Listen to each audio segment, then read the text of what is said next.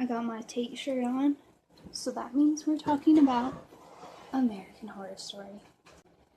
So we're talking about American Horror Story Cult. Let's start off the theories with possible return of Jack Colquitt. Now we've seen Twisty in the comic. We're not sure if he's actually going to be there or if it's just going to be referenced in the comics. So I'll go ahead and insert a picture here.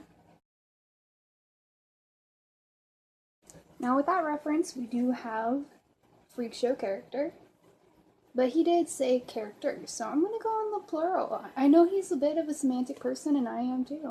So we're going to break out the notebook. Too much going on in here. A little background on Jack Colquitt. We were first introduced to him in Murder House. He was associated with the LA Police Department. He was investigating the disappearance of Sally Freeman. She was the kind of boring monotone patient. Nothing against Adina Porter. She was really awesome. Now, secondly, we see him in Freak Show. So here's our reference to Freak Show.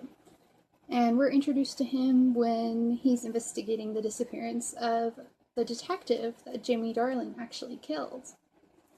And so on and so forth. He actually hooks up with Dandy and kills Regina, the maid's sister, for $1 million. And he also finds some evidence on Chester murdering his wife, even though he blamed it on his puppet. So we do know that his character shows up when people go missing, and he's usually investigating about these missing people, whether it be little or a lot. Like we kind of seen in Freak Show, we saw more of him in Freak Show. And I know he is mainly a reference to the X-Files because, what was it called? There was a novel written by the cigarette smoking man, Take a Chance, a Jack Colquitt adventure. That was really a reference to the X-Files and stuff. We've seen his character reprisal in Freak Show. Even though the time span is different, we have about 50 years in between Jack Colquitt in Freak Show and Jack Colquitt in Murder House.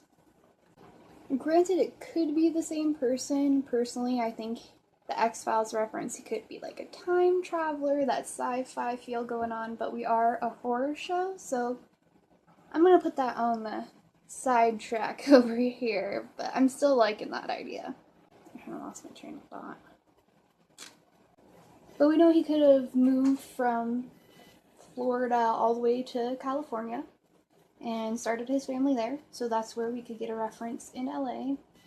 Although we do know that this season, American Horror Story Cult, is going to be based in Michigan, and that's quite a ways away from California. Although I still think we could possibly get a return just for the fact because you get this whole Pedro thing going on, and it's like, justice for Pedro, what happened to Pedro?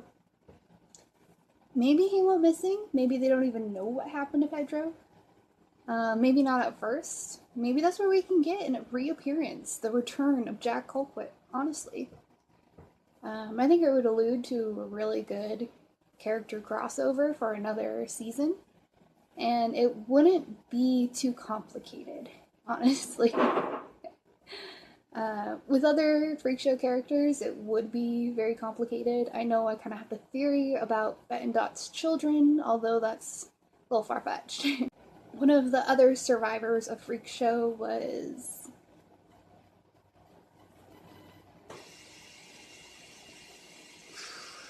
name forgets me, 3-boob chick. Desiree. Oh my gosh, I'm so sorry. Her name was Desiree, and we know that she had a child. We don't know where they relocated to, we don't know where they are now, but we could possibly see a reference there. Although I am putting my money on Jack Colquitt. Could be wrong, but my hopes are set. So, let me know what you think, and thanks for watching.